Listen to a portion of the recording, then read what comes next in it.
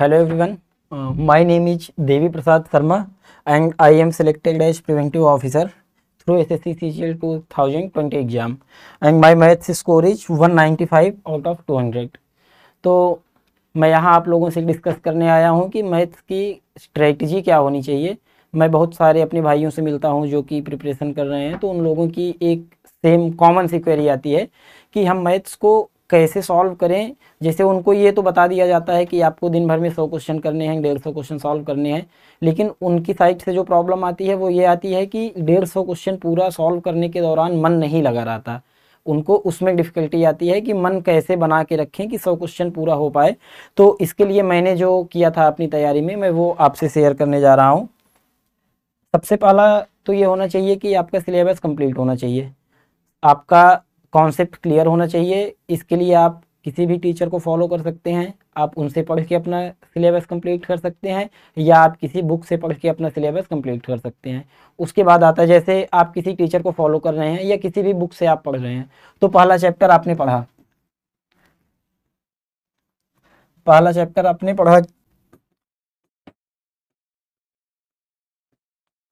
तो पहला चैप्टर आपने पढ़ा, वो पहला चैप्टर है परसेंटेज का। तो जब आप इसको पढ़ लिए, उसके बाद आप दूसरे चैप्टर पे आएंगे। दूसरा चैप्टर मान लीजिए कि आप जहाँ पढ़ रहे हैं वहाँ से आपने रेशियो का लिया। तो जब आप रेशियो पढ़ते रहेंगे तो उस दौरान आपको क्या करना है कि परसेंटेज के प्रीवियस ईयर क्वेश्चंस को सॉल्व करते रहना है। उसमें क्या क्या ध्यान देना है आपको कि सबसे पहली चीज़ तो ये नहीं करना है कि आप क्वेश्चन सॉल्व कर रहे हैं तो बस आपने एक क्वेश्चन सॉल्व किया, उसका आंसर आप देखने पीछे चले गए या आप मैच करने लगे कि आपका क्वेश्चन सही हुआ है या नहीं। ऐसा आप करेंगे तो 20 क्वेश्चन के बाद आप बोर हो जाएंगे, उससे आगे नहीं हो पाएगा।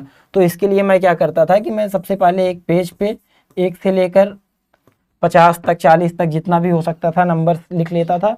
उसके बाद ऐसे कॉलम बना बना के, उसके बाद क्या करता था कि जब मैं क्वेश्चन सॉल्व कर रहा हूँ तो आंसर यहाँ पे नोट करता जाता था कि फर्स्ट में ए आ गया, सेकंड में बी आ गया, सी आ गया, जो भी आंसर आता था तो मैं इसको नोट कर लेता था।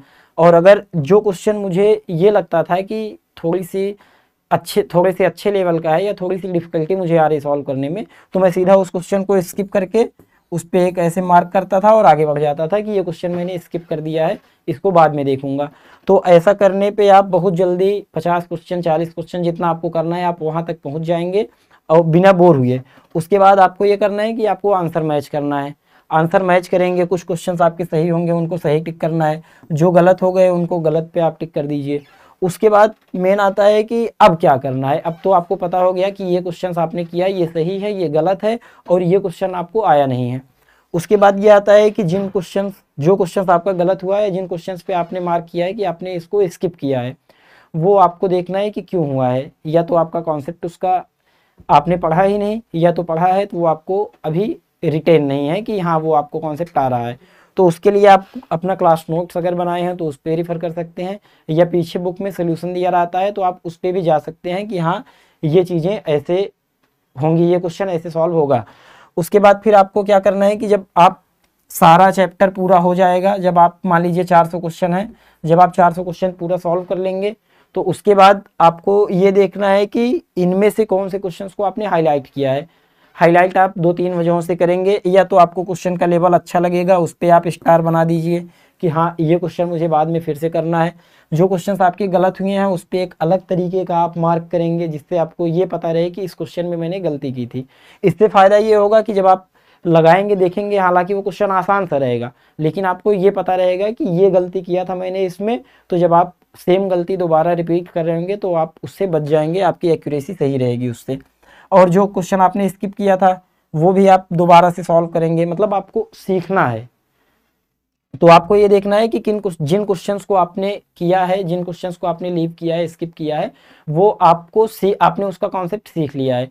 तो इस तरीके से आपका पूरा चैप्टर कंप्लीट हो जाएगा और आप इसके बाद दूसरे चैप्टर पे जाएंगे तो फिर से सेम प्रोसेस करना है। और जब आप एक बार पूरी बुक प्रीवियस ईयर सॉल्व कर चुके होंगे तो आपका कॉन्सेप्ट एकदम अच्छे से क्लियर हो जाएगा। एसएससी में पूछे जाने वाले सारे क्वेश्चंस आपको आ गए रहे होंगे। अब आपके साथ मेन इश्यू ये आएगा कि आपको टाइम ज़्यादा लग रहा होगा। आप क्वेश्चन सॉल्व करेंगे तो आपकी एक्यूरेसी उतनी सही नहीं आएगी। उसके लिए क्या करना है कि सारा पैटर्न फिर से रिपीट करना है, तब तक आपका सिलेबस भी एक बार कंप्लीट हो गया रहेगा। उसके बाद आपको प्रीवियस ईयर क्वेश्चन सॉल्व करने हैं तो आप एक बार तो जब दूसरी बार आप करेंगे तो फिर से सारा क्वेश्चन सॉल्व करिए। इससे क्या होगा कि जब आप फिर से दूसरी बार कर लेंगे तो आपकी स्पीड और अच्छी हो जाएगी, आपका कॉन्सेप्ट और स्ट्रांग हो जाएगा, आपकी एक्यूरेसी अच्छी हो जाएगी और आपका कॉन्फिडेंस एक और अच्छे लेवल पे पहुंच जाएगा।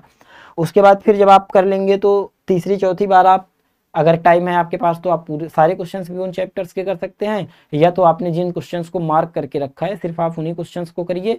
उसके अलावा क्लास नोट्स एक महीने में एक बार उन चैप्टर्स का आप रिवाइज कर सकते हैं जिनमें आपको प्रॉब्लम आती है, और मॉक टेस्ट आप बराबर देते रहिए इसके बाद, क्योंकि ये जो आपने सीखा है जो कुछ, वो आप मॉक टेस्ट में ही देख पाएंगे कि हाँ वो चीज़ें आप इम्प्लीमेंट कर पा रहे हैं कि नहीं। मॉक टेस्ट देने से ये फ़ायदा होगा।